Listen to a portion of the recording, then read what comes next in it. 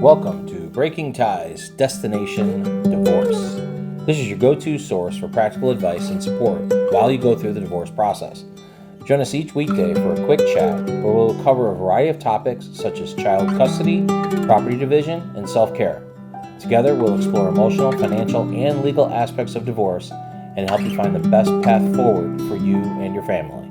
Here's your host and Certified Divorce Financial Analyst professional, Mike Fulkerson. Hi, and welcome back to another episode of Breaking Ties, Destination Divorce. I'm your host, Mike Fulkerson, financial advisor and certified divorce financial analyst professional. And today we're going to talk about why you shouldn't use a Quadro to divide an IRA when getting divorced. When it comes to divorce, dividing assets can be a complicated process, especially when it comes to retirement accounts. One option that's often mentioned is using a Quadro, or Qualified Domestic Relations Order, to divide an IRA. But is that the best option for everyone? To start, let's talk about what a Quadro actually is.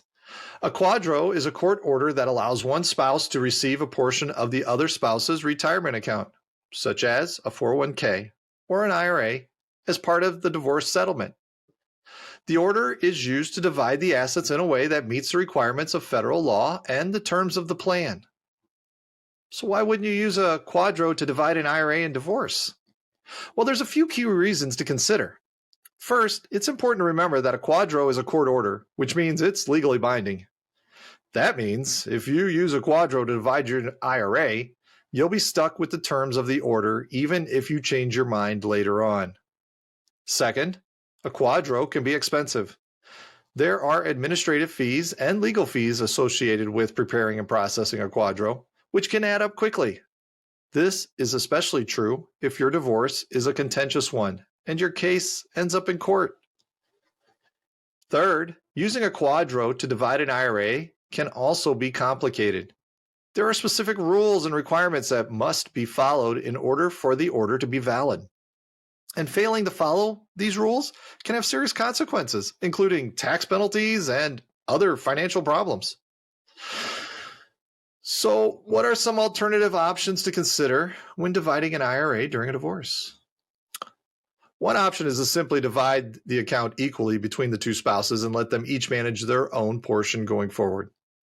This can be a simple and straightforward option that avoids the cost and complexity of a Quadro. Another option is to transfer the assets from one spouse's IRA to the other spouse's IRA without going through the court system.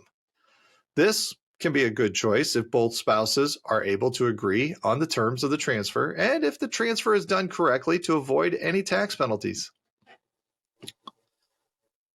So there you have it.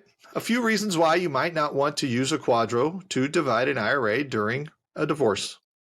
As always, it's important to seek the advice of a financial professional before making any decisions about your assets.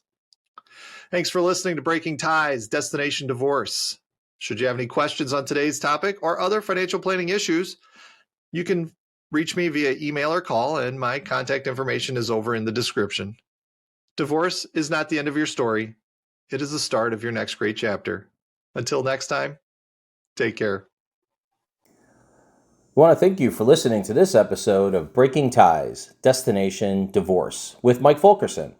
For questions, please reach out to Mike via email in the description or give him a shout at 630-444-1410. Remember to subscribe, like, and follow.